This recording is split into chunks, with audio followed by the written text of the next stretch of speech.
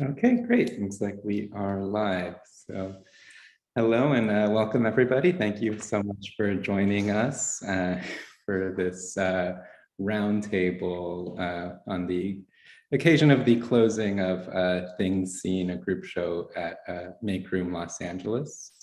This is a group show that I curated to sort of center around sort of three genres of landscape, cityscape, and abstraction. But really the show is about the role of perception in art and how artists sort of reflect on perception within their own work and what that means. So this roundtable is sort of going to be, a few of the artists sort of talking about that informally.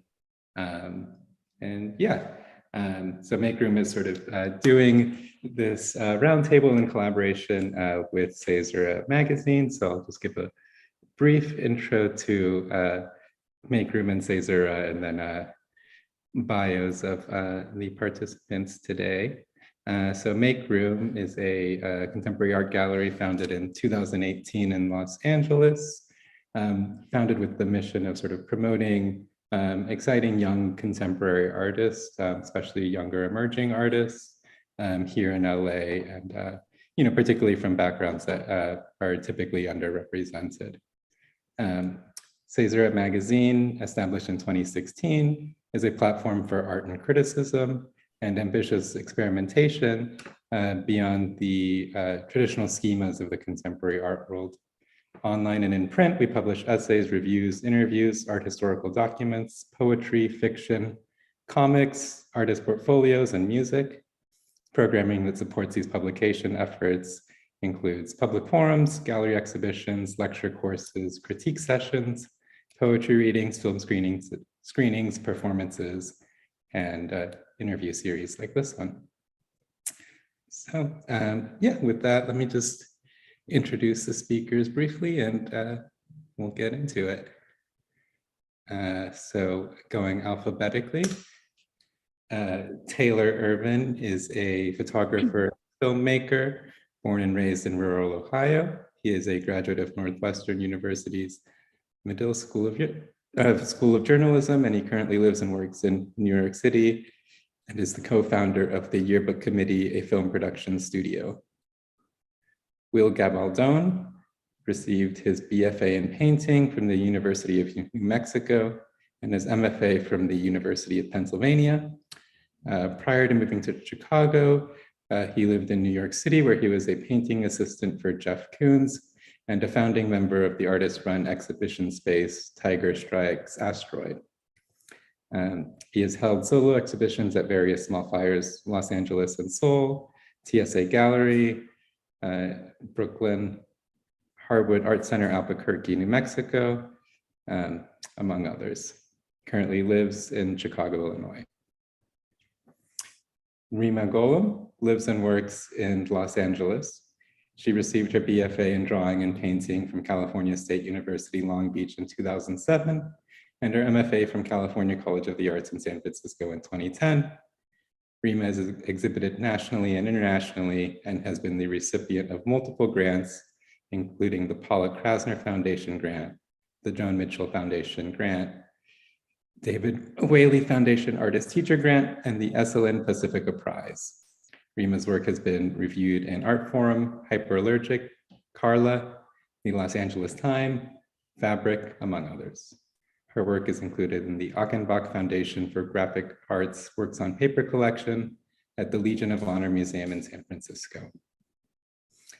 And then last but not least, Peter Scheer is a self-taught painter living and working in Bloomington, Indiana. He has shown his work across the United States and internationally, with recent solo exhibitions at Castle, Los Angeles, the Fortnite Institute in New York, Koki Arts in Tokyo, and a forthcoming show at Shyman Reed in New York. Yeah, so those are our speakers. Beyond that, you have me and Gabriel from Caesura, and we'll be acting as moderators. But just to sort of finish my part and get this conversation going, I just want to share the couple of intro questions that I sent to the panelists ahead of time. So I asked them to reflect on, where is it? Here we go. To reflect on the process of perception, particularly how artists think about capturing a moment of perception in an artwork and how that then becomes its own perceptual moment for the viewer. You know, what is it about looking and what does looking look like? Those are the sort of, yeah, starting points, but I feel like I've been talking a lot, so let's get into it. Who wants to go first? I guess I will.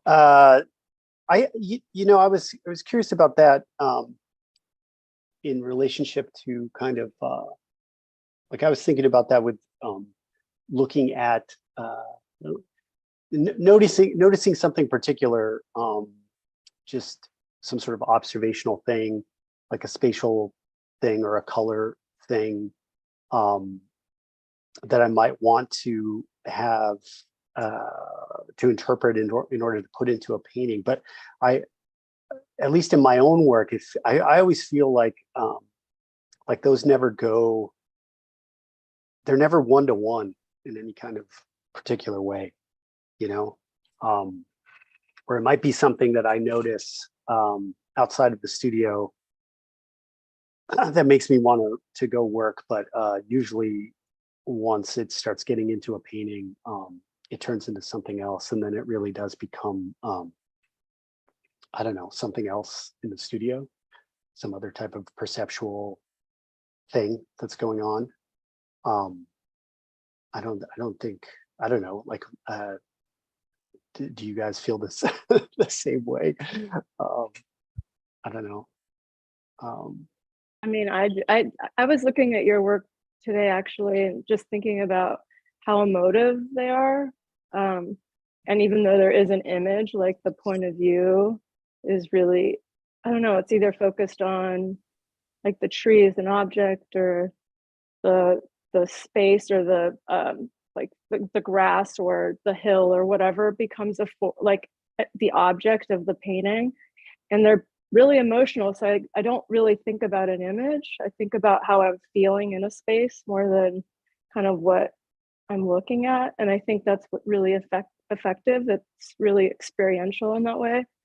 And I guess I think in the same way, like, I mean, I don't really use images, but I think a lot about just embodied knowledge and like how, like making something it's super abstract in the process, you know, the process is really specific, but then it emerges and then it feels like something familiar, like, you know, like when you're awestruck or something, and it's about the color and the surface, and it's maybe something or maybe it's like a synthesis of many things, but it's like hard to name, I guess. Yeah, I was actually I was curious about your color is so so intense, but also balanced. I feel like your color palette, for me, like that particular color palette is would be very, I mean, obviously I don't work in the color palette, but it's like that's a very difficult color palette to get like good results, and your paintings are always so nice and like really beautiful. And I'm curious about that kind of like the sort of prismatic color palette that you use, and like whether or not that has any kind of like relationship to whether it's to like actual like things that you like, phenomena that you like perceive, or other artists. I mean, I was thinking a lot about like Bonnard, like looking at your paintings. Bonnard. Yeah. Yeah, that's a good question. I used to use very limited color palettes, and as a parameter, the last maybe year or so, I tried to use full spectrum as a challenge kind of to myself, because it's really hard, or I thought it would be really challenging to create different sorts of tones within a painting using a full spectrum of color. And so thinking about it as in the way that I would use a limited palette, but like kind of different ratios of a full palette and how it relates to kind of neutrals. And Bonnard is somebody that I obviously think a lot about. I mean, I think a lot about Rothko and Milton Avery, all the knobbies, really. I really love them, but also like Morandi, you know, is somebody who I don't necessarily work like, but I like the very subtle relationships of color. And I think that's also something that I'm really interested in too. But it's never the prismatic. I think with the use of that, I want something otherworldly, or I want to create something that actually is not visible. It's more invisible. So it's more about a feeling, I guess. It's super interesting that you bring up like a sense of like almost like percent, like I don't know if you actually work this, but like percentages, or like thinking almost like because I think about these types of things too in my paintings, just like it's kind of like intuitive now, but you know, like years ago it was sort of like something I did. It's like really like learning color, or like really like learning compositional things, like things that are just like I don't know, to most people are probably kind of boring, but just sort of like I always think of it as like learning guitar scales or something like that, you know, and then it becomes like something that's just like intuitive and just comes out. But the fact that like you would actually think about it, because I really do think that color palette is probably one of the most difficult palettes to get something out of, really. I mean, it's like terrifying to me. But then now it's funny going back, because now, like right now, I'm working with still pretty polychromatic paintings, but integrating a lot more neutral in it. But going back to the like more muted, it's because it's kind of jarring now, you know, because I've been working with full saturation.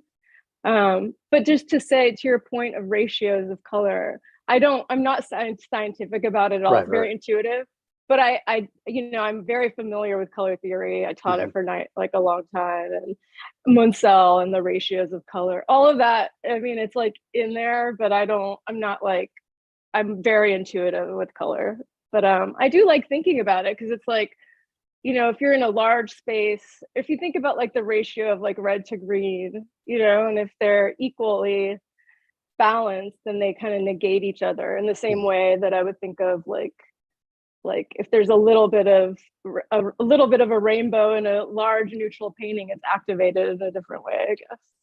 Yeah. What about you, Peter? Like, do you like, is your color more because you have, it's like, I mean, your color is like also very beautiful, but like, you know, it's more of like a range of muted to saturated. Yeah, it's kind of all over the place, right? I guess that's my whole thing. The color is intuitive, I think, and mostly accidental.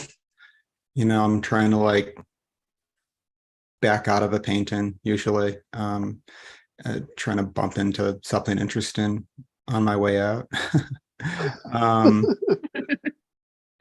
And I guess the prompt got me thinking about the slippage in, you know, our relationship as you know, compared with like that of the viewer. And I feel like with my own work, that gulf is pretty wide oftentimes, and that's kind of fascinating. The sort of use value or engagement that I have with a canvas,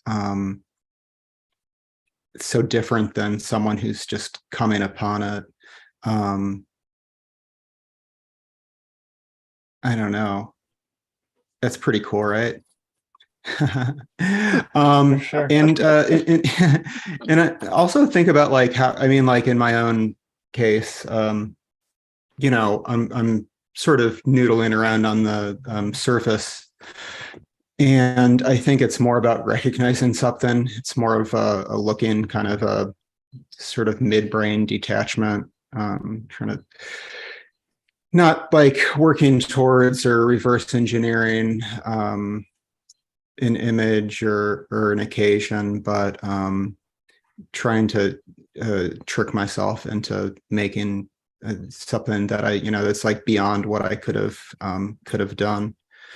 And, I feel like a little bit of a pushback when that happens. And there's something, I think, in the good ones, and maybe in the bad ones too, that's arrested on the surface. And I feel like there's that, I don't know, there's that immediacy there that carries over to the viewer. So I feel like that's an entry point that I might have in common with someone who's looking at the work. But usually a bunch of different things are happening at once, and then I try to stop. I don't know.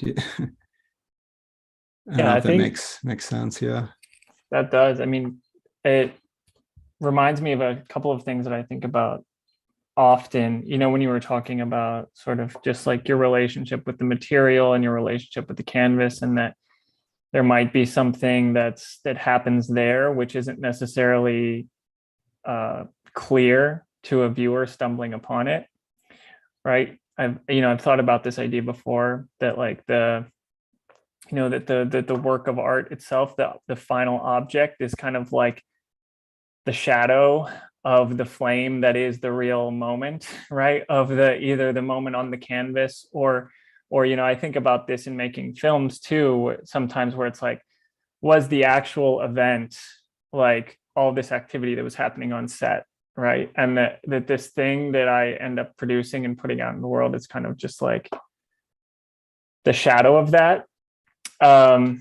But there was another thing that I was thinking of too, that reminded me of. I recently read or have been reading, because it's sort of a collection of essays, but this book by Jay Bernstein, he's an Adorno scholar, teaches at the New School, but he kind of makes this argument like about the Enlightenment, and that there were these kind of like two moments in the Enlightenment, one of which was like the like rational moment of Descartes, and the other one was like painting, like sort of like realist Dutch painting, and that painting was like a material, like sensuous, particular material counterpoint to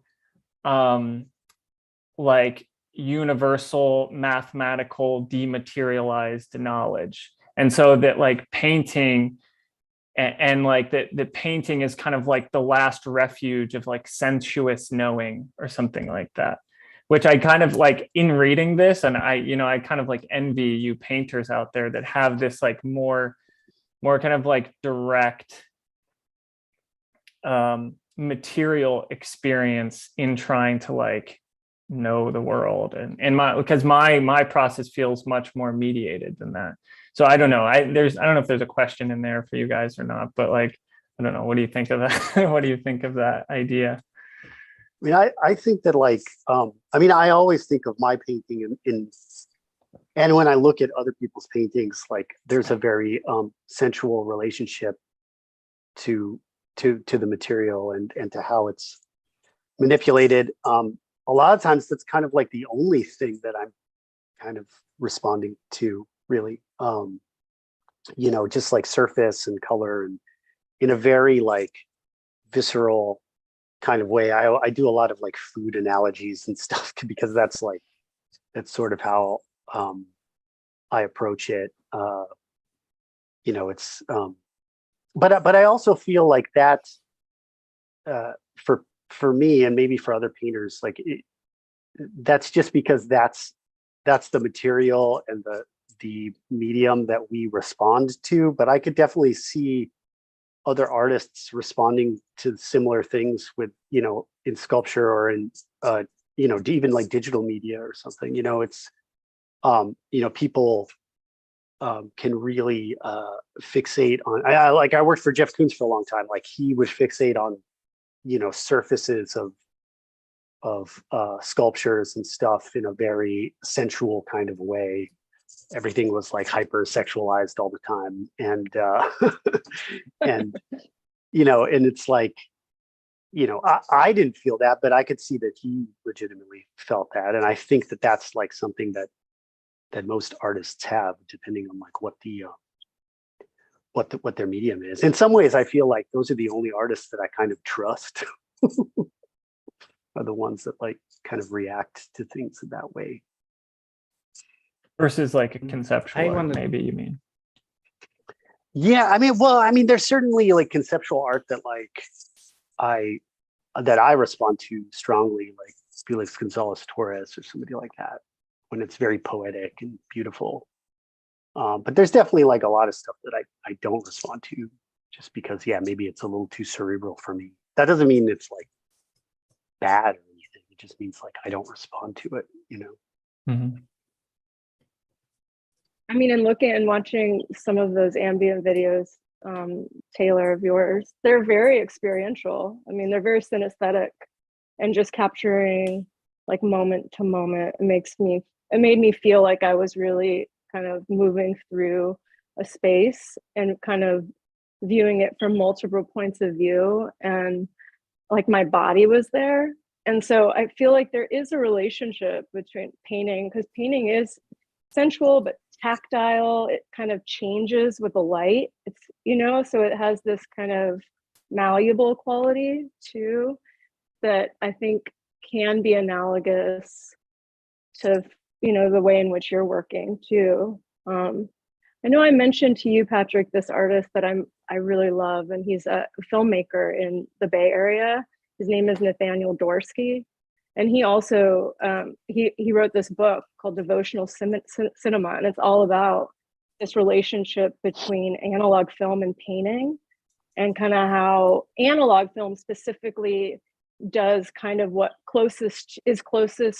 painting is closest to our human experience, and analog film being second to that because of the light and how it constantly is kind of shifting. So it's really interesting. And even the way, I was thinking a lot about, like, I really enjoyed watching those short videos because I really felt all of various sensations watching them. And so I do think there is a real connection. Taylor, do you have those types of like kind of more central responses to like the mediums that you use? I mean, Yeah, for sure. I mean, I think it's kind of a hard one to think about in terms of like where the real like material surface is of a photograph or of a film.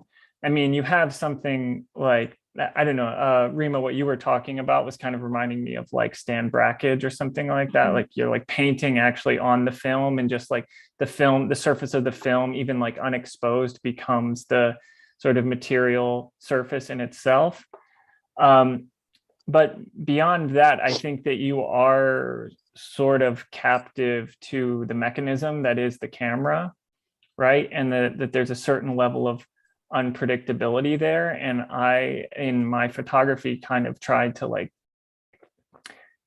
emphasize or lean into the unpredictability. And like a lot of the several of the photographs that are in this show, for example, like I didn't actually even really know what they're photographs of, and it's only like and some of them are only actually even possible because of my ability to manipulate the negatives now digitally, like because I'm overexposing some of these images by so much that the image is just a totally dense negative that would just be bright white that I then like recover in Photoshop or whatever.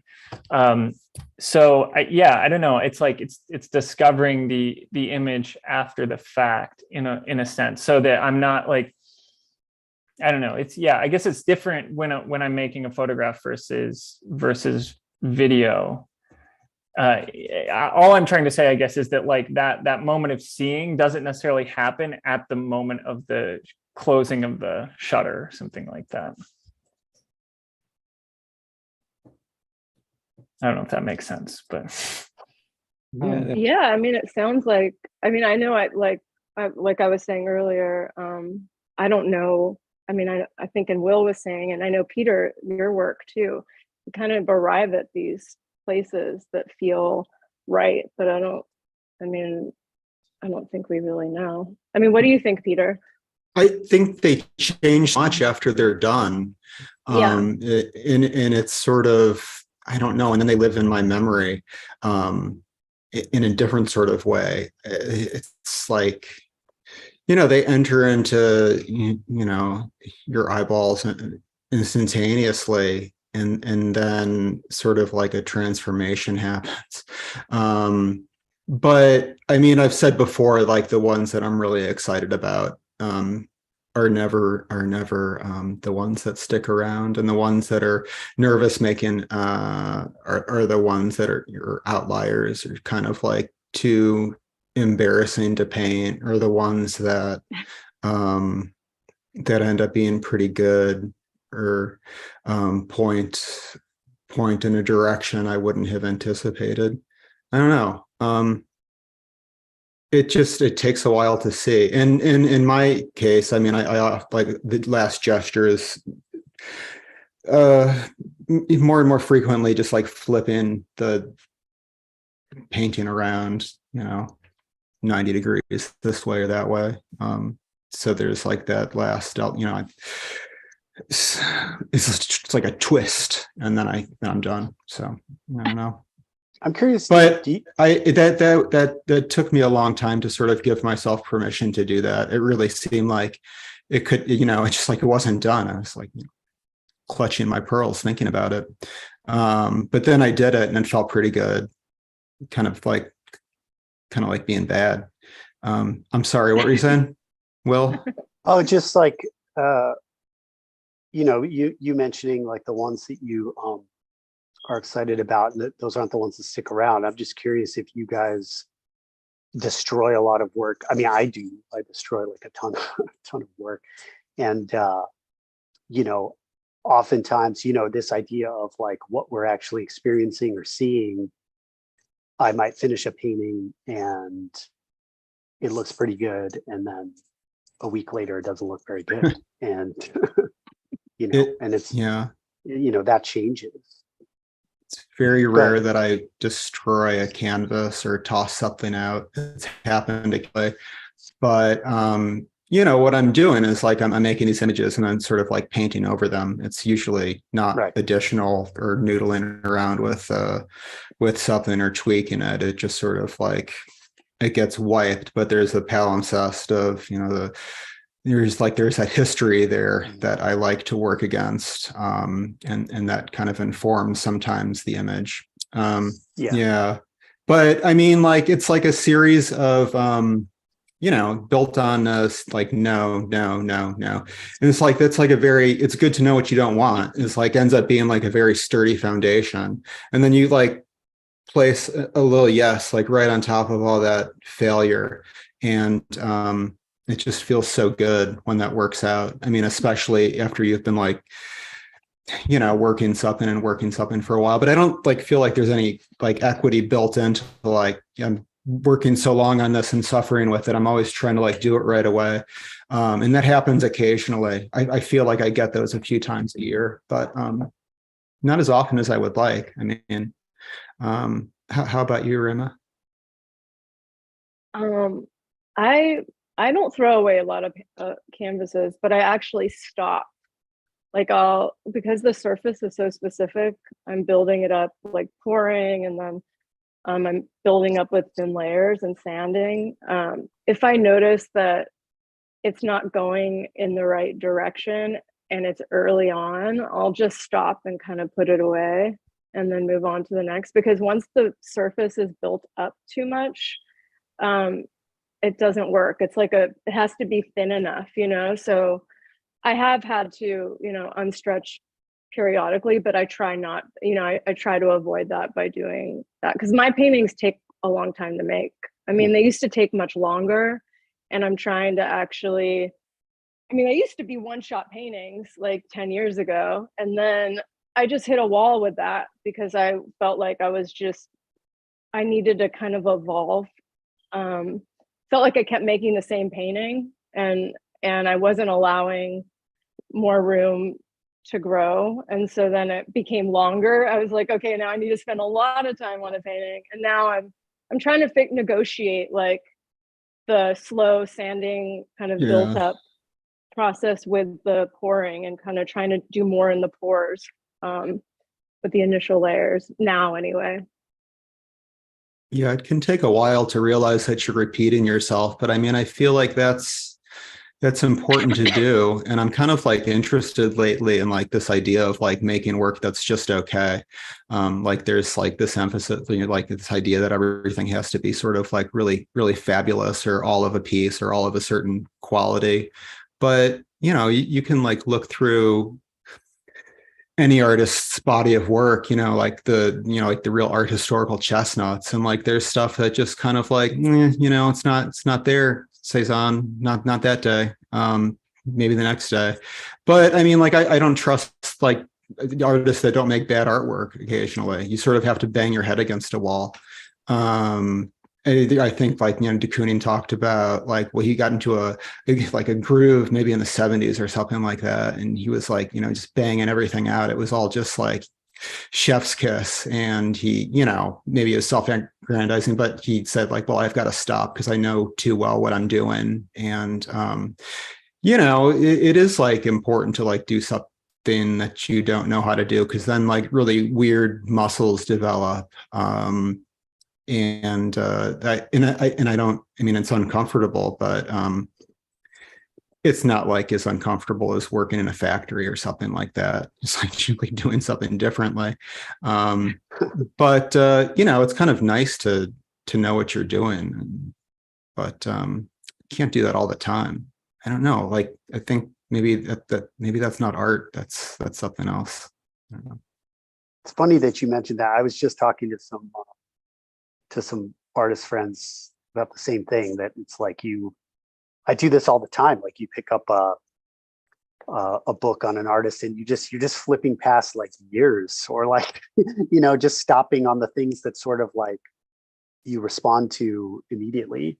And I have to consciously go back and be like, maybe I am missing something in some of these other pieces, or like I should, you know, or it's like, here's a bad painting or drawing by Cezanne or somebody great, and I'm going to really spend some time looking at like, well, why does this not sort of speak to me in some kind of more profound way? And yeah, I think it is important to realize that like a lot of it's funny, like as artists, as you know, painters in particular, it's like our practice is literally just like making things, right? So it's like you just see all of those things, assuming you don't destroy everything. Whereas like a musician, you don't have to like listen to every like practice session of like somebody. You just kind of see when they actually want to like show you something that's important. But you know, and especially when like after artists die and like all of their stuff is just out there. I think about that all the time. Like how, like, oh, did they really want that out in the world? Like, is that just something that just got out, you know? Yeah, it's kind of like interesting. Taylor, how do you approach like, I don't know, destruction, destroying things or working on things? Yeah, well, I mean, negatives don't take up a lot of space, so I don't have to worry about throwing things out too often, and or you know, they just pile up on hard drives as you know, scans. But I do revisit stuff. You know, I'll look through old negatives or old images and old scans that, you know, from years ago, and that I at the time didn't think were worth anything, and then I think like, oh wow, that there's actually something going on here, something I see what I was going for there, and there's actually, you know, so I can look back and redeem some of my old work that way, I guess. But yeah, as far as like just destroying stuff or whatever, yeah, I think it's a little bit different in my case than it is for you guys as painters. I mean, it does happen. Oh, go ahead. No, go ahead. Oh, I was just going to say that I do find sometimes that I will, because you end up documenting like tons of stuff now, especially since like with digital, it's like easy to do. And, I will get rid of paintings, but then I'll have the documentation of the paintings. And then like a year later, I'll stumble upon that and I'll be like, oh, that wasn't that bad. Or like, or it's like, there's an idea there that I can turn into something now. Like that happens a lot. And I'm always kind of pleasantly surprised to find those images sometimes, Yeah, I think I go through this thing sometimes where I'm like, I don't know if I like it better or it's just like more exotic now because it's not familiar or something. That's just difference rather than quality or something like that, because you get so familiar. I mean, I'm sure with a painting it's worse, and with a film it certainly is that way when I'm editing, and I'm watching this film dozens and dozens of hundreds of times and I just don't even really know what I'm looking at anymore, and you just start to hate it. Like I'm sure that I've never really painted. I mean, I have, but not, in any kind of serious way. I'm sure that something similar happens, but if you set that aside for a while and come back to it, you're like, oh, you can see it with kind of fresh eyes, or see it as, I think you just kind of start to hate it because it's too familiar almost. At least I think that's how I experience it. I don't know if you guys do. No, I was gonna just respond similarly to both of you in terms of just those in between. Like I like looking at the liminal paintings, the in between, or the in between works, like in between periods or years, and just realizing that there was something there. Like they're the weird ones, the really weird.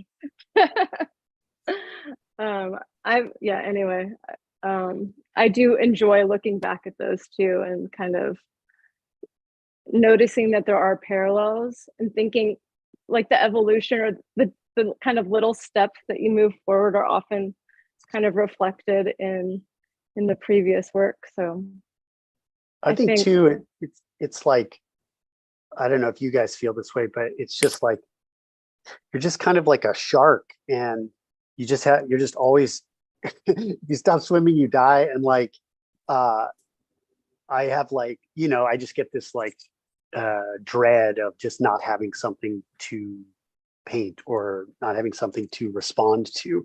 So sometimes those images of like older things, it's exciting because it's like, oh, like now I have something to respond to, and actually like this will sustain me in the studio for whatever, a couple weeks or a month or whatever. And it's just like constantly finding those things. Are you referring to actual images or your paintings? Actually, well, images of paintings usually like okay, yeah, that's what I thought. Yeah, ones that are probably like no longer in existence. But yeah, just but that can happen with actual with paintings too.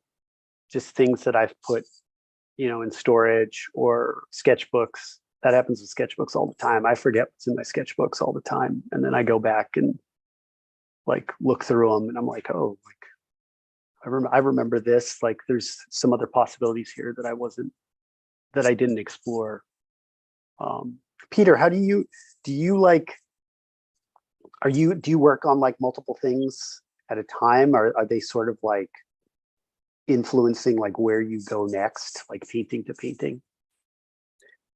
Yeah, I do work on a lot of things at once because generally they're pretty small, and even when they're big, they're small in my case. Yeah, sometimes I'll mix up a color and it'll end up on a few different canvases.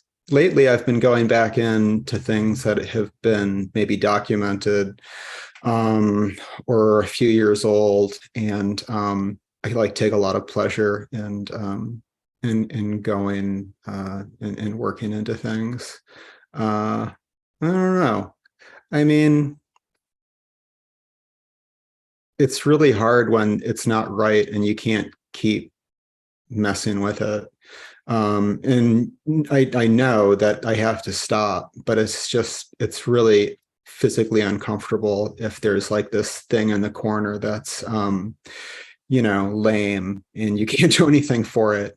Now, I guess Is that Yeah. because like you you like actually physically can't do anything to it because of the surface or the paint, or you just feel like you have to stop? No, I mean, like I work on wet into wet and stuff like that. It's just, it's just time to go. It's time to pick up my kid or something, or it's time to, you know, get bread. There's always the bread. There's a sensuality in the bread. I'm burdened by both. Yeah, but like, there is all this stuff and we keep it around for some reason. I don't know. Even the stuff that would be horrifying to expose to the world, like you're saying. Lots of times artists, troves of whatnot is become public, and it's just like I feel a little embarrassed on behalf of them, maybe. Because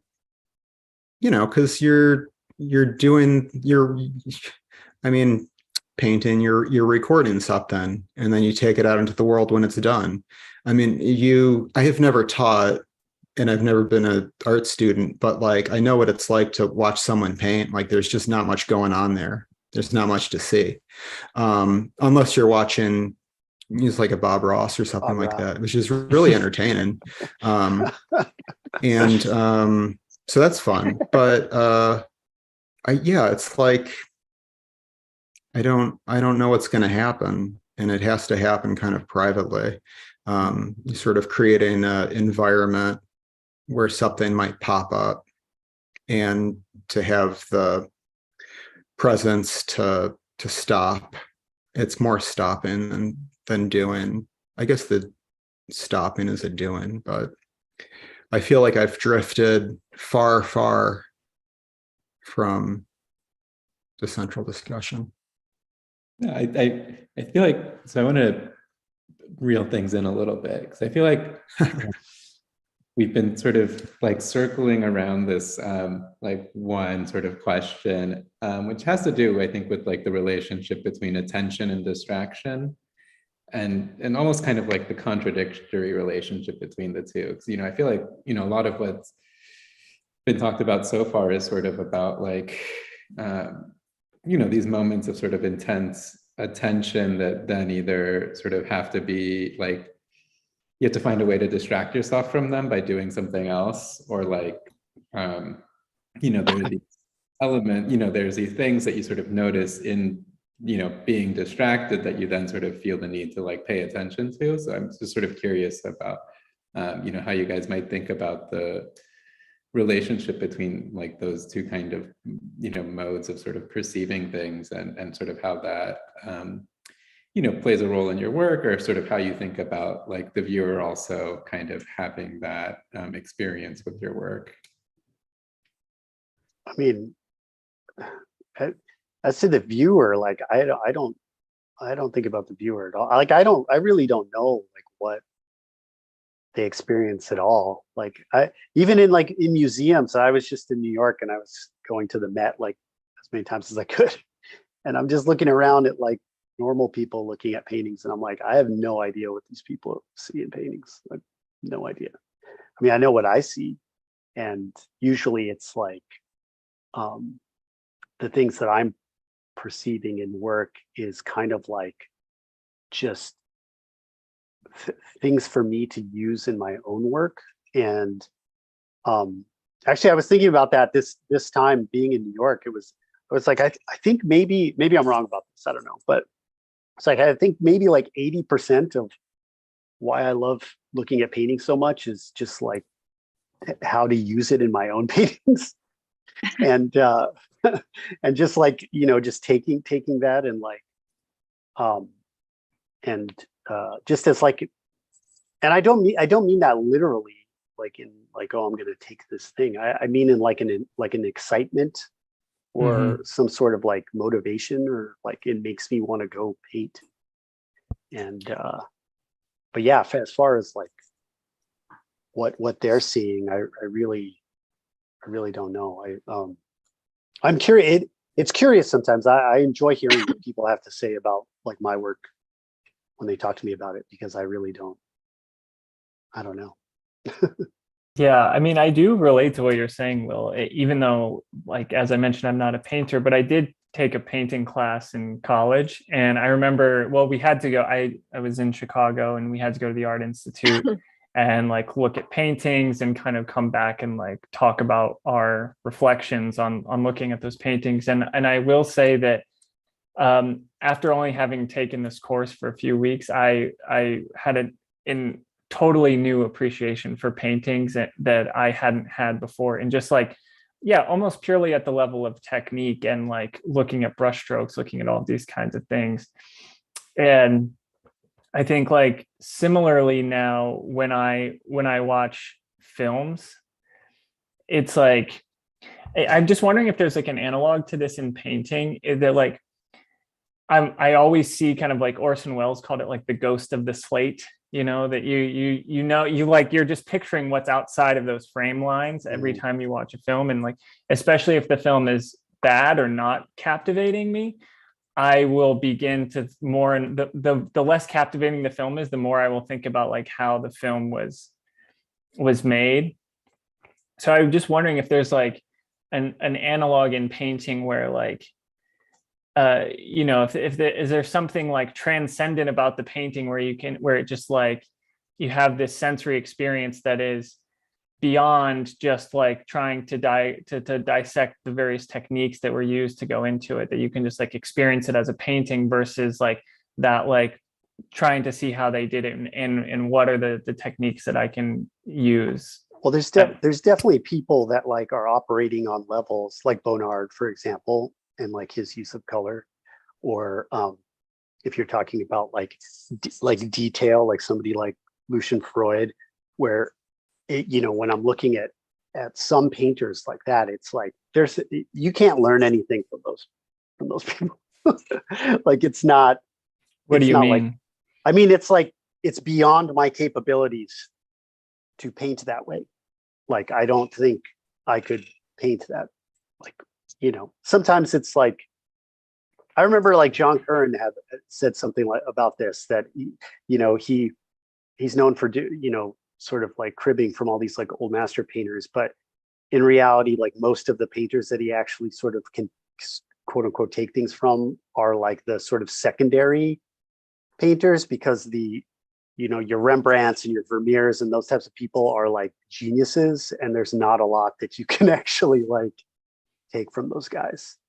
So it's like the level like right below them, if you want to like learn how to do something, like those are the artists you learn from. So I definitely think that there are artists that like there are things going on where it's like I don't, there's not a lot that I can learn from here. I don't know. I mean, I assume that there are filmmakers that are like that for you. I just saw Babylon, and there's like so many scenes in that movie where I was like, how did he do this? Like, I don't understand how he did this. And it's all just, it's not CG or anything. It's just like everything's there, like in the camera. For sure. I mean, I think a lot about techniques too when I look at paintings, but I also do have real experience of kind of joy or grief or all kinds of things in front of paintings. Like, but they range. It could be a Bonnard, or it could be like a Raoul de Kaiser, or it could be one of your paintings. Like, it's just that's what makes a painting good for me. It's like, I want to make a painting like that. I don't know what it is that they're doing, but there's something in like the color and the surface and just everything. It's like what's so exciting about painting, so when I go to a museum or whatever, I just like, I long for that. Vuillard, like a Vuillard. Oh my gosh. And you can see how he did it too. Like you can actually see that he used this kind of like, is it distemper and this like red ground, and it's all on the surface, but there's something about the magic of that painting or the way he paints. It's just like, it just makes me, it makes me want to paint. So I don't know if that answers anyone's question, but it's just like, I love looking and experiencing and standing in front of paintings. It's the best Mhm. feeling. Yeah, for sure. When you can recognize what they're doing and still be in awe of it, despite the, the sort of illusory magic being revealed or something like that. Yeah, like a Raoul de Kaiser, there's nothing, I mean, in terms of information, there's not a lot there, but there's a quality of line, there's the surface, there's something about the negative space and the immediacy of the painting that is just like, how did they get away with that? Like, how did he get away with that? Or like a Luke Toyman's, when you see like the edges and he uses the thumbtacks and like the graphite that goes around the edge, and all that process, and it's just all this magic, and you can see it right there. It's like so accessible, but there's still something about it. I don't know what it is. It's this, their hand, it's the time, it's all of it. Well, I think those are artists that are they make a place for the viewer to become involved, to invest some energy and some thought, to not tell the viewer everything that the painting knows or to flatter the viewer. Yeah, I mean, I think like that's really where it's at for me is, how do you engage? And how do I stay engaged? I mean, I'm the first viewer. I want to be able to unpack this and hang ideas on it, and then see what other people think. But yeah, I don't know. I mean, I feel like I gain things by looking at a Manet, or I don't feel like it's not like about facility, because like those painters really had it going on, but like I think it just ends up being like about impulses. When it gets to a certain level, it's like, how did they do that? Like you can just like see how they did it. And it's like, why did they go so far? And how did they know that it wasn't done? Matisse has those kind of famous documentation photos where you see like a reclining nude or whatever. I mean, they all look pretty good, but he I guess he knew when he was done. It's hard to know when you're done. Sometimes I don't know.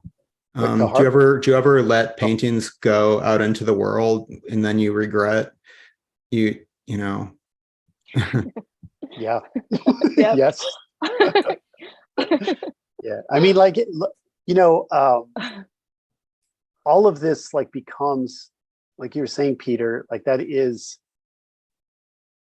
it does become like, when you're looking at the work of like some sort of genius, like Manet, there was a big Cezanne show here in Chicago last year that was amazing. And yeah, and you're looking at like what they're doing, and like you were saying, it's it's like their choices of like when they're finished, and like I think the more, I mean, I've always thought of this, it's just like I never understand artists or painters that are not interested in sort of trying to look at as many other painters and things as they can. Because to me, that's always, you're just like absorbing all of that stuff and you're building sort of taste, because what so much of this is about is, I mean, I think about this all the time with good painting versus bad painting, or good art versus bad art. It's like, how do you define that? Like, I was a teacher for a long time, and you have to sort of talk to students about these things. And if they really want to press you, it's like, I can talk about things like compositional theory or color theory or whatever, but a lot of it like ends up being very subjective. And you're at the end, you're just sort of saying like, I have taste because I've been doing this for like a long time, and you're just going to have to trust me, I guess, because I've seen more than you. I've looked at a lot of things, and when you see it's very difficult if somebody puts a bad painting in front of you. if somebody's like, tell me why this is bad, it's hard to do, and the same goes for why something is good. And I don't know, it's I think like just looking at as many great painters as possible, and like I said, like trying to like absorb like what they're doing and the choices that they're making, even if those artists aren't necessarily going to like come through in some like specific way, like I'm a representational painter, but I love abstract painters as much as representational painters, and there's so many things I'm constantly thinking about, with artists like Ryman or Rothko or whomever, Ralder Kaiser. I love him, so it's like, I don't know. Yeah, I mean, actually, I had a question that I wanted to throw in there because I feel it's something that you guys have been talking from the beginning has been this question of intuition, like intuitive, whether you know whether the painting is done or is not, or whether you want to put it aside and come back to it, whether you feel you have achieved something, and that kind of, there is a kind of rational form to the intuition, and there is also a kind of tentativeness to it. Kind of insecurity about whether it's really done, it's really the best it can. Peter, you were saying like, come back to older paintings and you want to do something. It reminded me of all the stories about Turner just going to exhibitions or going to a collector's house and just painting on top of it because he just couldn't hold it. And this question about the ambiguity of the intuition of how when something is what you want to do, but also the accumulated experience that intuition has, how intuition is somewhat intuitive, but it's also has been built up through experience. Whether what you've been mentioning of looking at other works, looking at all sorts of through history, but also people around you, what kind of things you feel compelled to kind of drives you to make paintings. That also inflects your judgment upon when you think what you're doing is done, what you feel that you're doing something that is great in the way that you consider a painting to be great or be good enough, as Peter was saying. And I guess that question of, this ambiguity of like the process that a painting has and how you learn from it, you accumulate it experience through making and through things. I feel that is where the conversation was going, and this question of looking at Patrick at the beginning, of like, what does it really mean to look at objects, what that kind of feeling is, what kind of the sensation that you may be achieving a new way of looking, or a way of looking that you have seen before but that you like and you think is worthy of the aesthetic experience of the painting. I guess that those kind of questions I wanted to kind of bring up to the conversation again. It's a good point. Oh, go ahead. Go ahead, Will. No, you can go ahead. Okay. I was just going to say, it's a good point. I mean, well, thinking about how our experience changes our own instincts or impulses, and it's true. It's like maybe my impulse is to fill in the painting and I want it to be developed and built up with lots of layers. And then maybe the next is to kind of break those rules and to kind of let things almost fall apart. So I think about it in terms of how I can kind of push things either like to either end within a painting. Sometimes it's in one painting. Sometimes it's through multiple paintings, and how can I kind of create relationships between them that kind of feel like there is sort of continuity, but they're really kind of using different rules, I guess, or I'm stopping at different points within a painting. I think about that a lot, actually. So it's interesting. I don't know, currently in the studio, I'm really trying to stop sooner again. like stop in the painting, but like not push it as far as maybe I would have liked to maybe a year ago, or even 6 months ago, you know, and really trying to kind of see how much can be held up by less. So I think for me, it's constantly shifting, and that's what makes it exciting too, is kind of trusting my instincts. Intuition was such a bad word when I was in school. It was just like, it was especially abstraction, intuition, even painting, and that wasn't that long ago. But I love to think about intuition because we all use it to, you know, to some degree. But I think it is a feeling that we get, you know, it's a feeling. Like I know something's done not because I've taken it to a certain place, but like I can tell that everything that I need is in the painting. Like there's a surface quality maybe, and there's enough of everything. I can't really describe it beyond that. What do you guys think? It's funny that you were saying that it was, intuition was a bad word. And I think it probably still is in a lot of rooms. But yeah, I don't know. It's like embarrassing, something embarrassing about it. It's like that impulsivity. You can't control yourself. You're too sensual. This has to be, this can't be done. Something I've been thinking a lot about with the regard to where, like the paintings are kind of jumping all over his images, and some are really juicy and some really astringent, and like landscape has asserted itself. And I've sort of like let that happen within my own work. But I think like what I'm really interested in is how you have to go from one to another and just sort of like reset the way that you read a painting and that you understand it. And like each one has a different, it's kind of like instruction manual or primer. And you don't need to be read into on anything in particular, but if you are, I feel like it's a lot richer when you're sort of having to put on different like shoes or something like that in order to engage with a painting. I think that's one of the things that is exciting to me. And trying different things, or it's like if you did one thing that might, I don't know, it might seem like another painting isn't possible, and then to like do that painting and to see if you can like, if they can be friends or something like that, or not, or maybe like, sparks will fly, and that's good too. You sort of enjam them like in a poem. Yeah.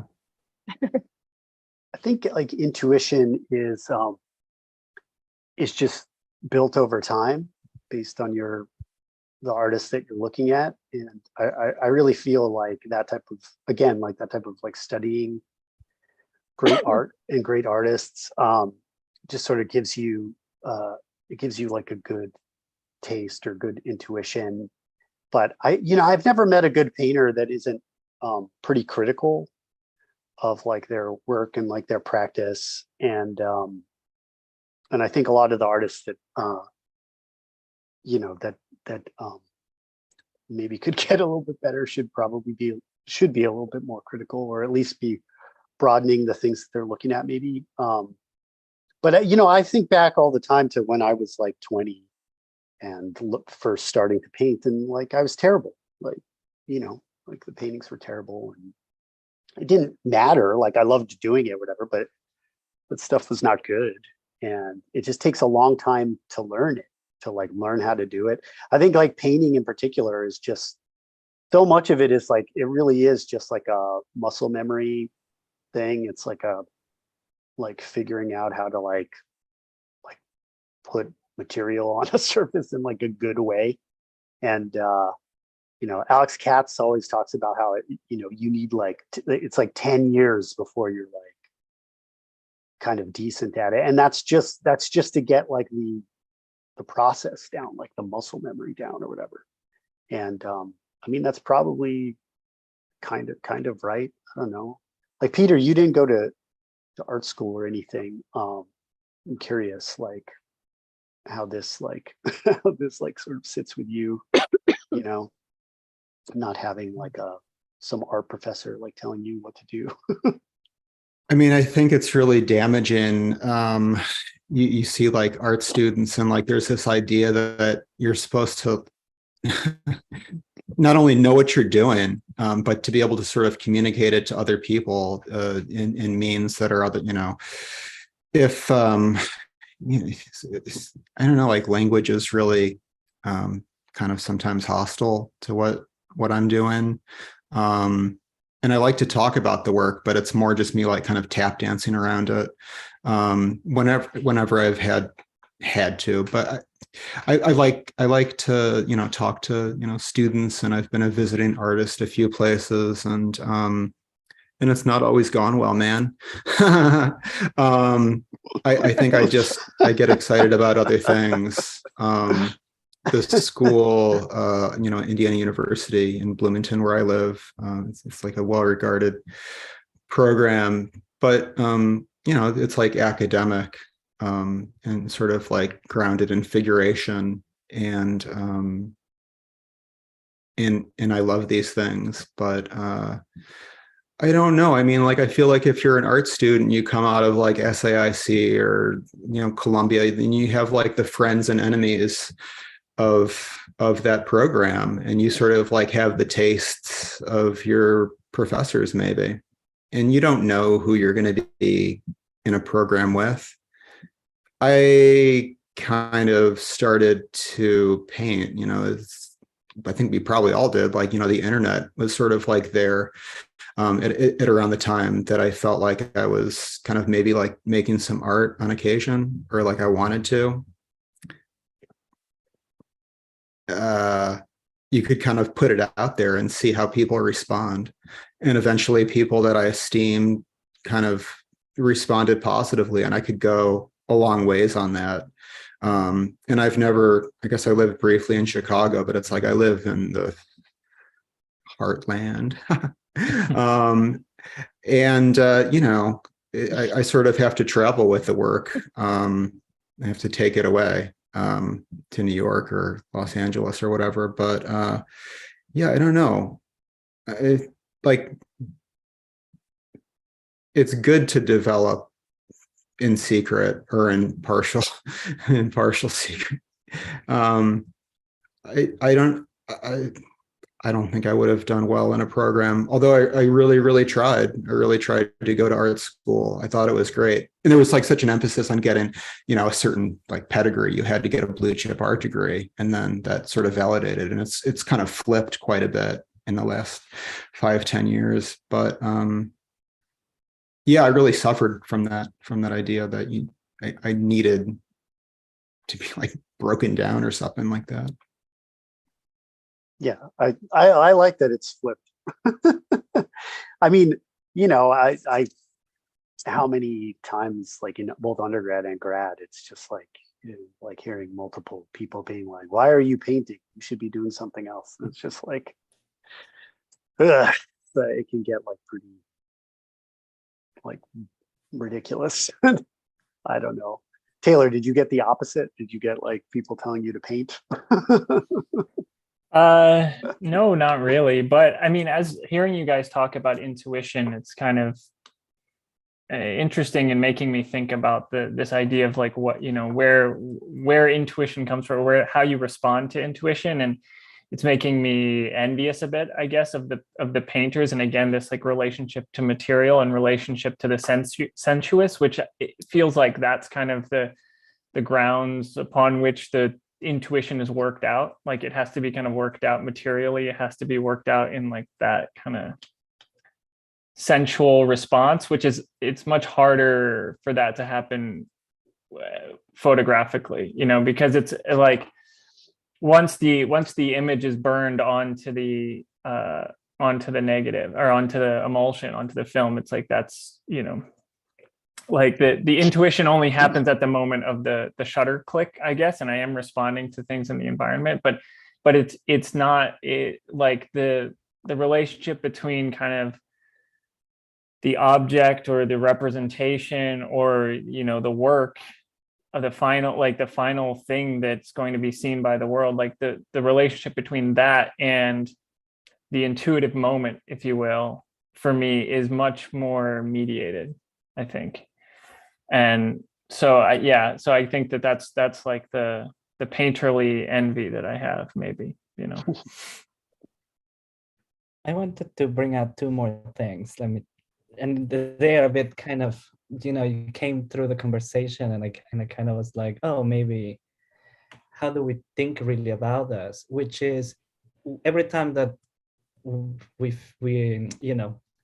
artists usually work intuitively, they find things intuitively, and that usually takes a lot of doubt in terms of how is people going to look at this? Is people, what are the reactions to it? You learn sometimes not to care, which is probably very healthy. But it is like the question that part of the intuitive moment, perhaps, when you perceive something, is trusting that that is sphere of the imagination is shared by other individuals, that perhaps like society also will see it such, that the pleasure that you get in putting, constructing this object and creating this image, which, the image is a bit like different than is a painting, but it's also something, I think, Rema, you said something earlier when looking at a Bonnard, it's just that feeling that it strikes you and you are kind of overwhelmed by it, that feeling will be social, that will not be private. And it's kind of a bet.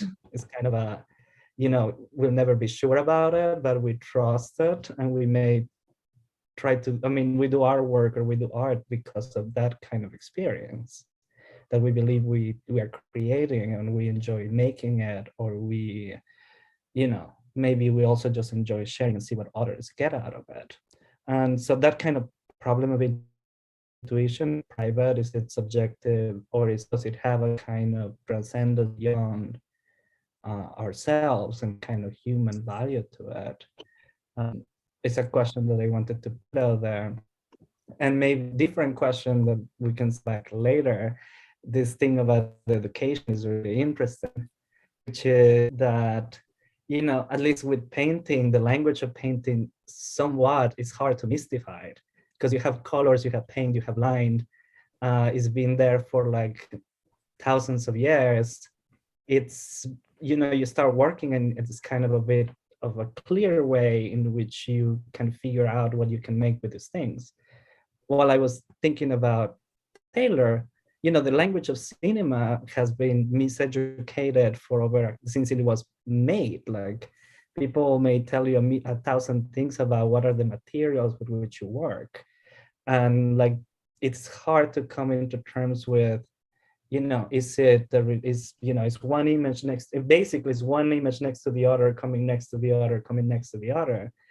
And teaching, yourself, an artist, to look at it formally as such, it may be difficult. I don't know. I wanted to know your kind of perception about how you see that different, and how maybe, socially, maybe more complicated, maybe more confused about what is the materials you work with as a kind of photographer and a filmmaker, which I think that is a bit of the difference between the painters in the room and the conversation that you were having, is that with photography and film, sometimes materials seem to be unknown or harder to specify for some reason. And maybe that specificity is just needed, because then you know what forms you're working with, even if you just make it up. But I was just putting those two things out there. Sure. I would say to that first thing that you were saying about like the reception of intuition socially or something like that, you have this like intuitive moment that you hope will be shared socially. Going to make another film analogy here, but Werner Herzog says this thing. It's in a documentary about the making of one of his films, and he says that my dreams are the same as your dreams. It's just that I know how to articulate them, or that I am articulating them. And like, I think kind of what he means by that is that like he can't be anything other than an expression of society, right? the artists are necessarily like expressions, like that what an artist produces is like necessarily an expression of society. They are products of society. They live within a society, but they're able to articulate those feelings, those intuitions, those dreams in a particular way that others can sort of like see and understand and relate to, and it's like congealed in a certain way. And then as far as like the idea of, or actually, I don't know, does anybody else like, I guess, because I think that that's like sort of really interesting for me, like about, and that's why I think I also, don't think as much about like reception necessarily too, because like I have this assumption that like I am a member of society and I'm like producing things for other members of society. So if I find it interesting, or if it like has some kind of like intuitive truth about it for me, that it must also have that same intuitive truth for at least someone out there. Yeah, I don't know. Do others have thoughts on that? I mean, it's exciting to imagine that you're casting it forward into the future as well. You're sort of engaging with the present and the past, but hopefully someone in 50 years can come along, or someone in 5 years can come along and kind of access a little bit of nourishment. I'm sorry, Ram, I interrupted you. No, go ahead. I mean, Taylor, I'll see your film analogy and raise you like embarrassing jazz analogy. I mean, as far as like intuition, like in my case, it's sort of, you develop like these themes and there's like variations on them, so you can kind of like get kind of fabulous and move out in one direction, but there's always like this armature that you're bound to, even if it gets kind of chaotic. I feel like with my own work, there's like this really strong grid. Basically, I'm like a composition guy, and color has been more recent for me, that I feel like I can fuck around with it a little bit, but I really think like composition is where it's at, and that sort of like allows you to walk away with something in your mind, like an indelible image. There's so many things that we look at every day. How can I'm like very aware in a museum, or scrolling through whatever, like how long I'm looking at stuff then, and it's like not very long usually, and like what stays in my mind, even if it's just like kind of an irritant. There's so few painters and paintings that I want to go back and look at, not because I want to just for that pleasure, just like for that hit of adrenaline or something like that. I don't know. It's very mysterious, the appearance of things. Yeah. I do think that there's like when I was at the Met a week or so ago, I went to I was in the Egyptian wing, and I visit the Egyptian wing every once in a while, but usually I'm just busy looking at like oil paintings. but I was thinking, and I think about this all the time with like really, really old art, that a lot of those artists are, I mean, I have no way of proving this, but that it's like a connection to whoever was making, as an artist, like looking at those drawings. I know that there's all these very specific religious meanings and stuff that were going on 5,000 years ago, but there's also just like the same things that we do today as painters. And I'm sure that if you took that painter then and brought them now, like they would be walking around the museum looking at stuff in the same way that I'm looking at the things that they made. And I do think about that sort of connection, the universality of painting in that way. I do think like for Taylor, I do think about this a lot with more modern visual media because it changes so quickly. And really, like photography and film are not old. Like they're not old at all. Yeah, relative to painting, certainly. Yeah. Yeah, I mean, it's kind of crazy when you think about it. I mean, it's so ubiquitous in our society, and we've all grown up with it, and it's just like seared into our brains. And like the people that make movies or are in movies or take photographs, I mean, all that stuff is like so important to us as modern people. But when you do stack it up against thousands of years of other types of images, it does become kind of interesting. I mean, I think about just the longevity of those types of media,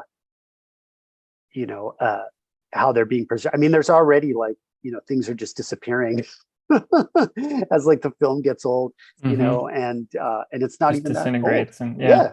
I mean, it's kind of like, it's interesting in that way, in that how these things are going to go forward in the future. Things that aren't painting. Painting seems old fashioned now, maybe, but in reality, it's like it's more stable than most things, actually.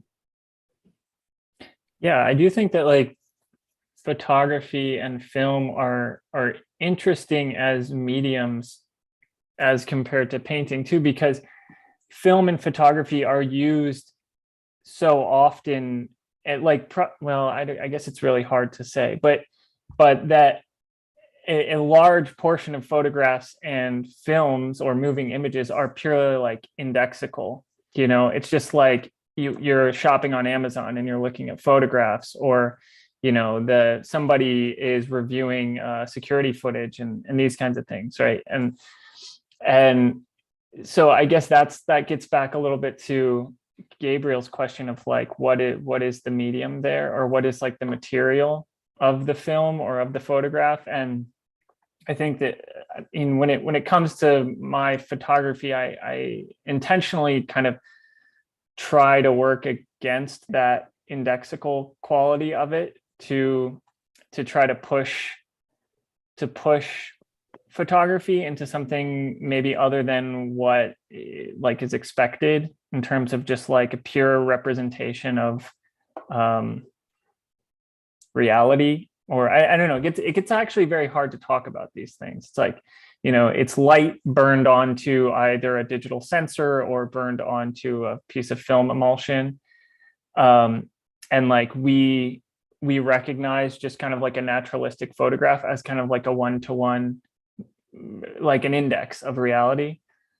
But is it actually that? I don't know. And so by like pushing it further than that, by trying to like deliberately push the medium, it sort of like calls that into question a little bit, I think. Or at least that's what I, trying to do. Well, that does really speak to this idea of like perception and kind of what we're picking up on when we're sort of taken by something. I mean, again, as a teacher, I always tried to stress this to students of photography not being an index or like a one-to-one of like any kind of experience. And then as soon as you start actually considering what your visual experience is, it becomes much more mysterious and strange and weird than just like an optical reference, that like a photograph can be. And that painting, when you try to explain to somebody, looking at like something like Cubism, for example, and you try to show, or Cezanne, like a sort of proto-cubist, how much more space exists in those images than can exist in just like a straight photograph. Mm-hmm. And initially they don't really get that. They don't like see it until they actually start to like look. And then, all of a sudden the photograph flattens out and those paintings have so much sort of spatial, like a sense of spatial complexity to them. Mm-hmm. That can be interesting, like, I don't know. Sorry, we're going to say something. Sorry. No, I'm just going to say, but that's, I mean, that's definitely something I think about too, is like condensing time and space in that way into a flat image. Like, you know, some of the photographs I experimented with were just like, you know, holding down the shutter and just kind of like walking down an entire block or something like that, and then closing the shutter, and then you get a totally dense white negative. But then in, you know, digitally, I can draw that back and like try to kind of like decipher the image later or something like that. But yeah, I think it is, you know, I guess I hadn't really thought of it necessarily as like sharing that with cubism, but I think that's totally relevant. Yeah, I just think like it's interesting because especially as more digital manipulation of photographs becomes just more common, it really does become kind of like drawing or a version of painting in a way. Mm-hmm. And you know, using optical imagery as just kind of like a starting point, and then like as like a material almost. Exactly. Yeah. And then manipulating it to get these other experiences out of it. Mm-hmm. Which is like, to me, like a lot more interesting. But there's definitely is like a default, I think, that most people have about like, oh, here's my camera, here's my phone, and I'm taking pictures, and like this is what the world really looks like. You know, Exactly. It's like so strange. I mean, I think about that with painting a lot because there's so much photo painting in the world, like photo-based painting, like photorealistic painting, or like painting based on or like painting from a photograph. Yeah, painting from a photograph. Yeah. And I'm not saying that it's bad or good. It just depends on who uses it. I mean, we were talking about Toymans. Toymans is great at using it. Richter is great at using it, you know. But there's definitely like a photographic space that exists in painting that is taken from photographs, and you can really, if you're aware of it, you can really pick up on it easily. Or there's like a default to photographic color. I think about this a lot. So many paintings have just like photo color in them because they're painting from photographs, and like the photograph can have like a very it has a lot more authority than I think people realize, like painters that use them sometimes realize. And it's very hard to break from it, I think, sometimes for people. You know, I had that problem with students quite a bit, and I see it in artists all the time. It's sort of like just that, like the reality of the photograph, you know. Yeah, I mean, like all of the paintings, or almost all of the paintings that I'm engaged with, the ones that I'm really, you know, that are the most important to me, it's like I'm not dealing with I'm not dealing with the painting itself. I'm dealing with a photograph of the painting.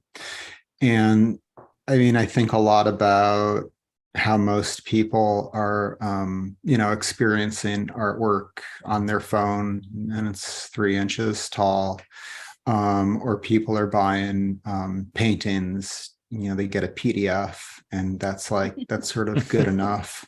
And like, I don't feel like I'm troubled by that in the same way that some other people are. It's just like another aspect of the work. It has to sort of travel.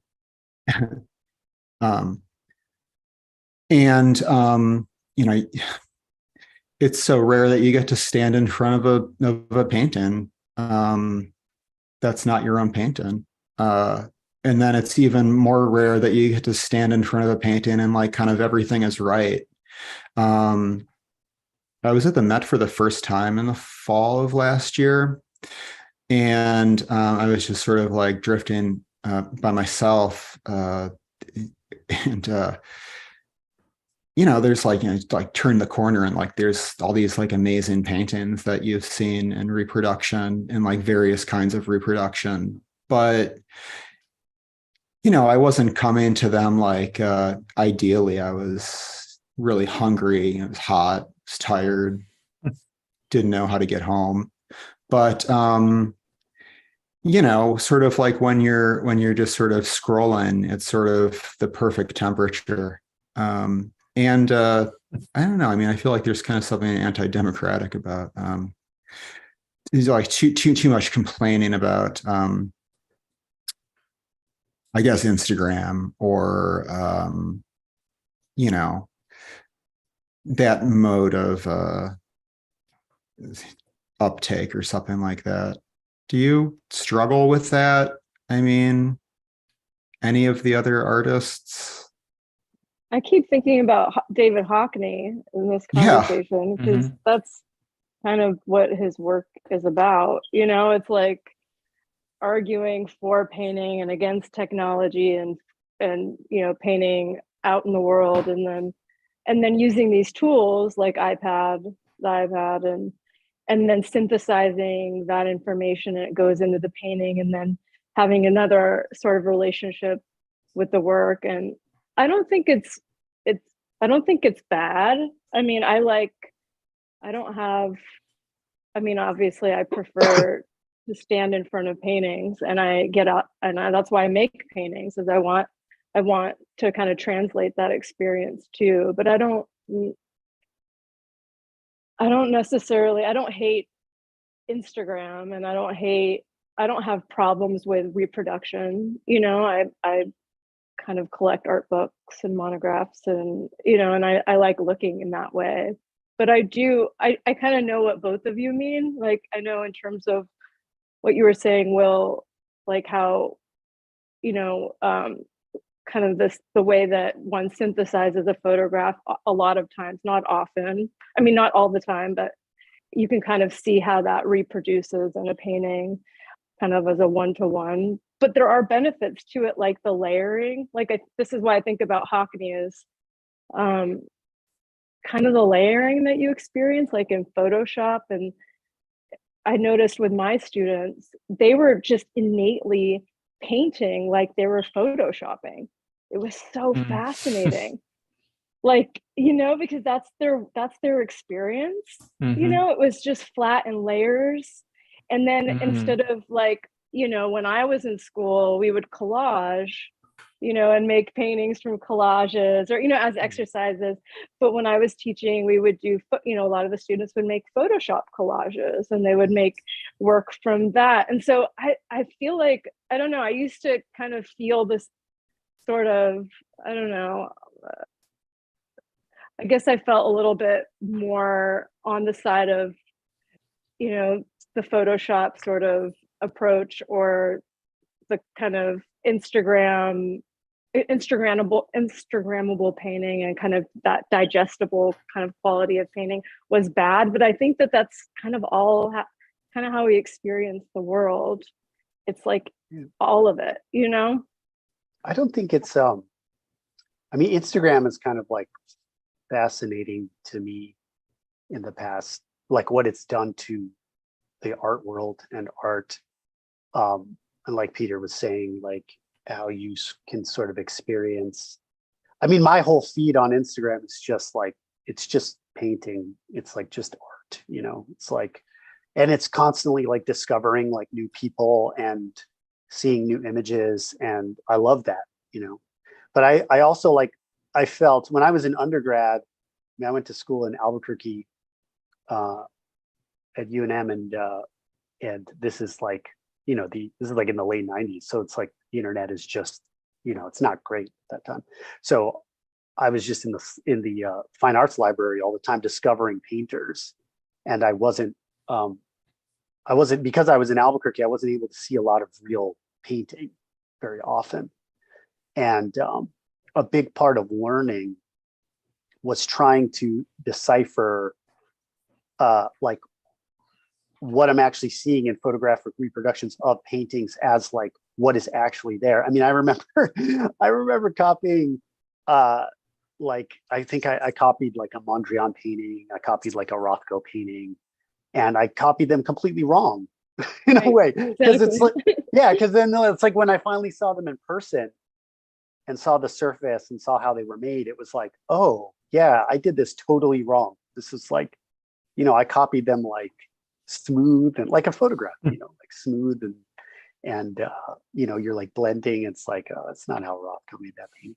So, you know, over as I became more aware of paintings, and especially when I moved to the East Coast, I was able to go to museums and like see them a lot. It's like you just sort of like, now it's like if I see an image of something, I have a pretty good idea of like what it would look like in person, you know, just like, oh, that's an oil painting, and like I can just sort of like see like how it was made, like more or less. I'm not saying like that's true for everybody, but you know, that was like just like a skill that I wanted to develop so that I could use, you know, I have all these like books behind me. I have like so many, and I want to be able to like look at those and kind of figure out like what the artists were doing.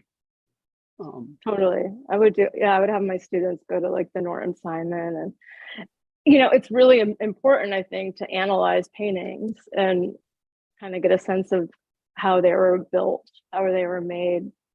But I also think there's this, and I don't know, like I personally want my work to kind of be something that maybe isn't, well, like they're not really photographable. They're actually something kind of more experiential, like most painting and some photography, and you know, is. And like I want that. That's the reason, that's the argument for painting for me. But I have seen, I guess my point in being in terms of the kind of mediated sort of approach to getting to a painting, it's just part of our experience now. It's sort of like what Peter was saying a lot. It's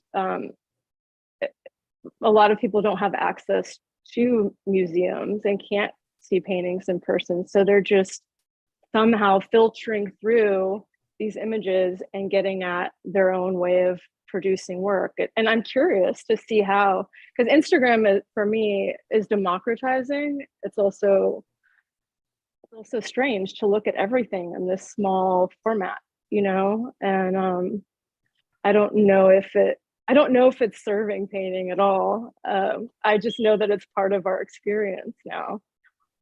So I'm curious. Well, I have a friend who's an artist, and she was kind of speculating that the kind of resurgence of painting, and especially figuration and representation in painting, was a byproduct of Instagram, that those images like look better on Instagram, or like, you know, are more photographable in a way that reads well on Instagram, or, you know, faces are boosted by the algorithm. So if you have like a representational image of a figure or something like that, that's, I don't know. It was just, I don't know that I necessarily agree with that, but I thought it was an interesting theory that she had. I've heard that theory, and I've seen work that that actually looks really great. That is very Instagrammable and looks really great on Instagram, and in person maybe fall short. And then others that are Instagram, you know, might not stand out. Really actually are striking in person and make me really feel something. So it's not reliable at all. But I have heard that theory about figuration and Instagram, which is interesting. Yeah.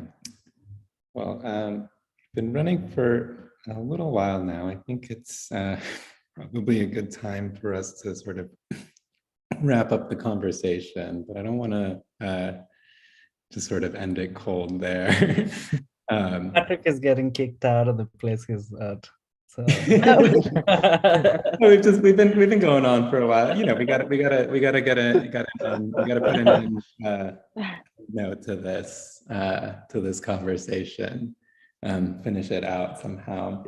One of the things that had sort of come to mind, or, you know, maybe that I thought I could sort of reemphasize, that Gabriel sort of brought up earlier when talking about intuition, but was just this, you know, the question of the imagination, and the role that plays in art, or sort of how that, you know, appears within the process of perception.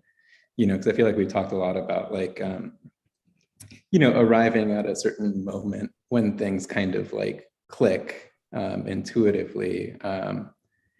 You know, but to me that also somehow sort of is, you know, directly related to like the imagination, and like, you know, there's sort of like the arrival of the thing, but there's also sort of being like open to it. And so I guess, you know, I wonder how you think about, you know, imagination related to perception. I mean, for me at least, like imagination is sort of like, I don't ever feel like I have anything like fully formed in my head before I start working on something. It's like working on something will sort of open up possibilities to then like, you know, try different things. But, you know, being like, I don't know, like, Sorry, can I add a wrinkle okay, to yeah. the discussion? Which it was because of the conversation that went really a bit of anything, everything, which was also the Instagram part and what we were talking about intuition and society. And so the way that I thought I could add a wrinkle to Patrick's question was really the crisis of the imagination, namely what this kind of problem that seems to be, in which, you know, either we have images everywhere that may steer the imagination of people that may not have access to those pictures. But why do they don't have access to those pictures? Or we are making these images that we trust can steer the imagination of somebody, but we're also doubtful whether they will. Posterity will judge them differently. And then we go back and change them. When we ourselves change and learn something different, and we are insecure and doubtful sometimes of the value of the stuff that we make. You know, it's this very strange sensation that from the one side, you need the conviction that what you're doing is good because you have to go back to the studio and do it again, and you want to, and you enjoy it, you like it. And that kind of keeps you pushing, and we make all sorts of things to keep us making art. But also we are always kind of unsure of it, and we're always tentative, and we're always trying to improve ourselves on that. And even socially, we all know that, you know, our works in society, like in, you know, galleries or business, are not really judged by how much of they actually steer the imagination. Maybe they are in some parts, but they end up being judged by all sorts of other things. And we're always kind of conscious of that and kind of put it aside. And luckily, it has worked anyways. But that kind of, you know, we live in a weird time in which we tend to judge these objects by how much they move forward what we believe is a higher value, which is human imagination, the freedom of looking at things differently, to do things that have never been done before. And then, and when they leave the studio, there's a lot of doubts that come into it. And I guess that kind of position, that kind of all those questions that came through the conversation, maybe we can like think about that kind of crisis, and maybe why we think about what we think about it as a way of closing the evening.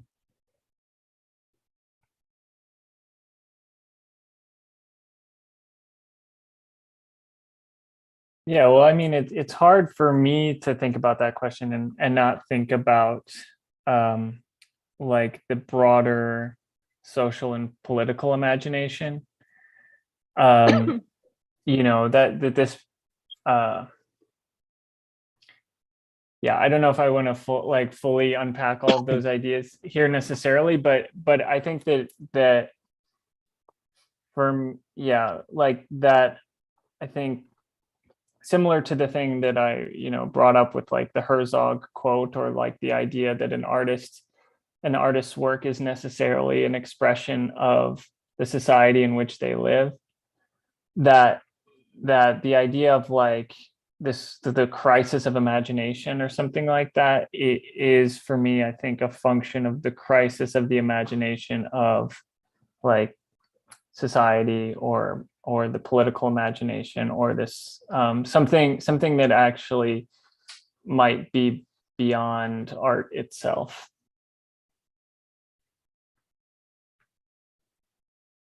it's pretty rare that an artwork escapes this closed circuit that we operate in, the bubble, vacuum, whatever, and penetrates the wider society. It's kind of, I don't know, you just like talk about this stuff, and then you sort of like move outside of like a really small perimeter of like really self-interested, not self-interested, but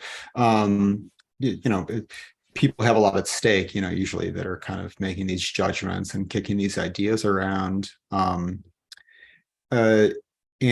like, most people like don't even give a shit, and like they might even be hostile to the idea. I don't know. I'm not really sure. I mean, like we were talking about painting as being like kind of like maybe like transgressive or something like that, or intuitive or radical, is just wild stuff. But like, it's not going to scandalize anyone, and like people don't really notice. I don't know. I think about that a lot. Like, to what end is this? Like, what is the use value? Is it reaching other people that have some sort of like outsized impact in society, and it kind of like, they move the energy out, and it's kind of refined or laundered in some way, and it becomes something else? I don't know. I mean, like I have like a strong impulse to do these things, just because I feel good, and then like someone comes along and hangs an idea on it, and like that feels pretty good too. But yeah, it's sort of like there's always that sense that you're kind of dancing for no one, or for other, for other artists, which is pretty good. But I don't know, maybe it was always that way, but it seemed like, well, I mean, like there's not going to be like a Rites of Spring again. Yeah, nobody's going to lose their mind like looking at a show of paintings, probably. I mean, I remember like there was growing up, there was a play that was put on, I think it was like Steppenwolf in Chicago, and like the whole, like the idea was, it was like a rhyme, and like someone like bought a blank, like a white painting, and like his friends were like bros, and they were kind of upset about it, and it was kind of like traumatizing, or this person was ostracized. I don't know. Well, I do think that they're like, people do kind of feel alienated by art in that way that you're talking about. Like I remember I was at I think I was at MoMA a few years ago, and there was like a big abstract expressionism show, and like this kid was walking through the gallery with his mother, and this kid was probably like under 10 years old, and he said to his mom, like Mom, I don't understand like these paintings. And she said something like, I don't think you're supposed to, or something like that. Which I think is like still, 100 years later or whatever, is kind of like the public response to abstraction. I mean, I just think like I don't know if that will ever get better. I mean, I don't, sort of like Peter was saying, like, I don't think anybody like really gives a shit ultimately. I mean, like in a broader sense, like society, and in a lot of ways, I think like most people are pretty antagonistic towards what we do. But as far as like that kind of response, which I used to get from students all the time when you're like sort of trying to show them different types of art, it's kind of like, it's like, I don't speak or read Chinese, but that doesn't mean you can't put like a book in front of me that's in Chinese and say like there's nothing there just because I don't speak or read Chinese. I mean, that's like that's kind of what people are saying when they look at a Ryman and they're like pissed off about it. It's kind of like, well, I mean, you do have to have some kind of like a background in this to understand it. And it's like, I find that interesting because it's the assumption there is that like representational painting, like older painting, is understandable. Like, oh, I can go look at Titian and I get it because I understand like the characters that are there, or I see that these are trees, or these are nymphs, or this is Venus, or whatever. And it's like, no, you don't get it. Those are weird fucking paintings. Like they're really weird. And they're just as weird as any like Ab X painting. Mhm. And, you know, I don't know. It's kind of like, it's strange to me.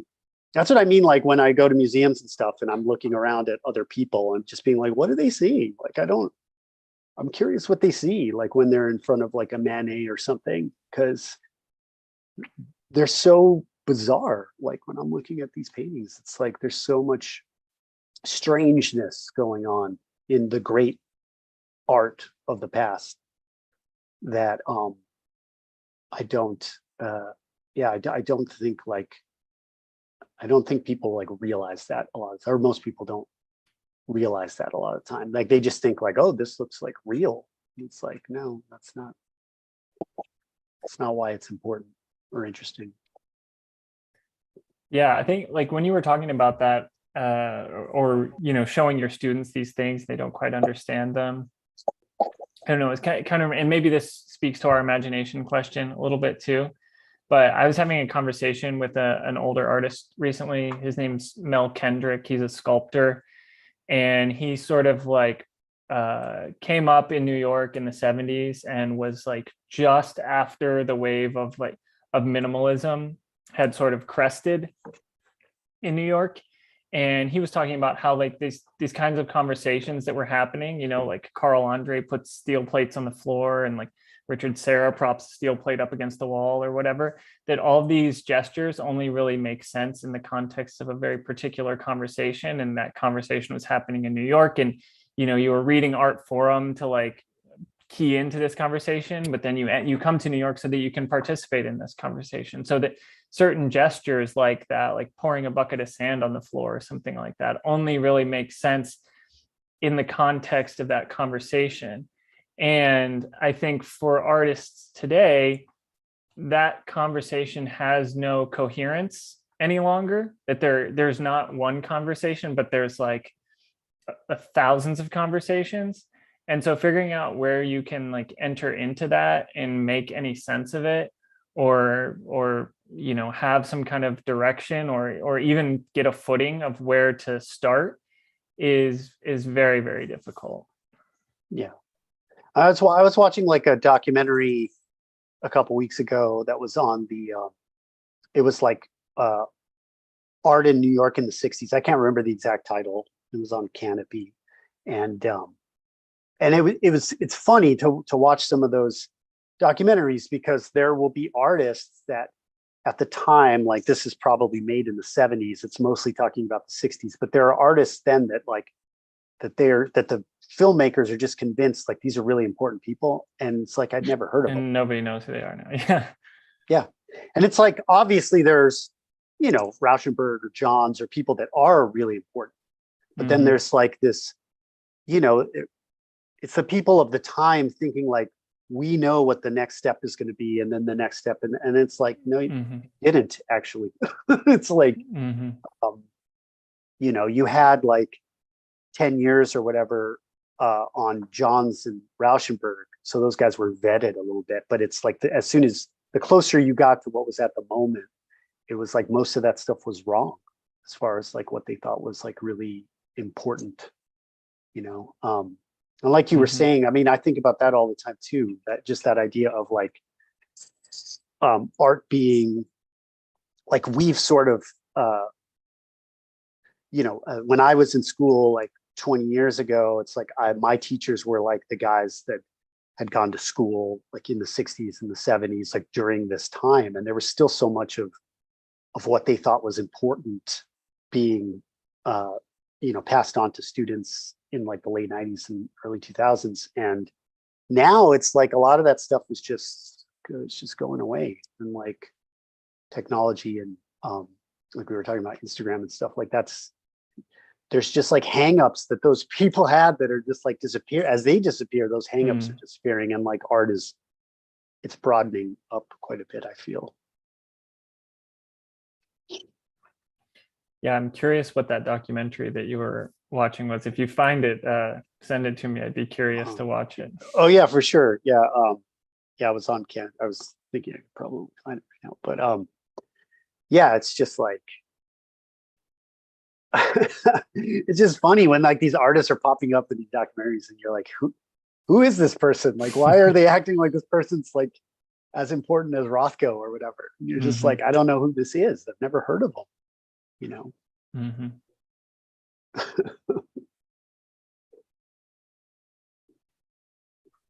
I think that's because ultimately art is voted into confidence by other artists, and it's sort of like a generation preceding or two generations in the future that are,